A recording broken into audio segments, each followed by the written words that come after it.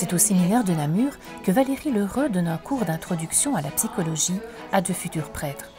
Tous les jours, elle se retrouve devant les questions qu'ils se posent. Elle essaie de leur donner des clés pour à la fois mieux se connaître et connaître les autres, afin de devenir des prêtres épanouis. À quoi faut-il être attentif pour conclure qu'un jeune, ou qu'un moins jeune d'ailleurs, séminariste, puisse être apte à être un bon prêtre? Mais justement, ça c'est un peu délicat parce que parfois on se demande s'il ne faut pas donner un label à une personne en fin de parcours de formation ou durant sa formation pour voir s'il peut continuer sa formation de séminariste ou même si au moment d'être ordonné, ça va être correct. Mais c'est compliqué parce qu'il faudrait une formation continuée. Tout ce qui est aspect affectif, relationnel et sexuel, ça doit être mis tout le temps sur le métier.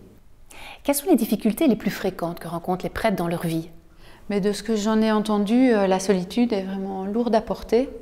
Il y a beaucoup de prêtres qui se sentent avec beaucoup de responsabilités, mais seuls au niveau de leur paroisse ou de leur paroisse au pluriel, parce qu'ils en ont beaucoup, et parfois avec des personnes qui rentrent en interaction avec eux et qui ne sont pas toujours bienveillantes ou chaleureuses.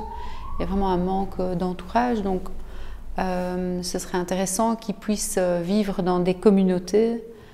Ça pourrait même être avec des étudiants ou d'autres personnes qui ont des charges dans l'Église. Qu'est-ce qui est important pour qu'un prêtre de paroisse puisse avoir une vie équilibrée? Je pense que comme toute personne, quand même avoir une bonne hygiène de vie, c'est important. Donc assez de sommeil, une nourriture équilibrée, de la relaxation, du sport, le cinéma. Il y a quand même beaucoup de prêtres qui sont overbookés, qui n'ont pas une soirée à eux, qui ont de la peine à retrouver des amis ou de la famille, puisque le week-end c'est assez lourd dans leur charge paroissiale.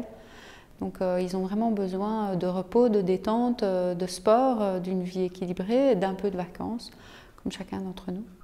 Est-ce que ce n'est pas un peu utopique? Mais malheureusement, mais il y a peut-être d'autres personnes qui peuvent prendre le relais pour certaines choses. S'entourer de laïcs peut-être? Oui, le souci de ce qu'on voit dans l'Église, c'est que beaucoup de charges qui reposaient sur des gens étaient des charges de bénévoles et qu'il y a une crise du bénévolat à tout niveau.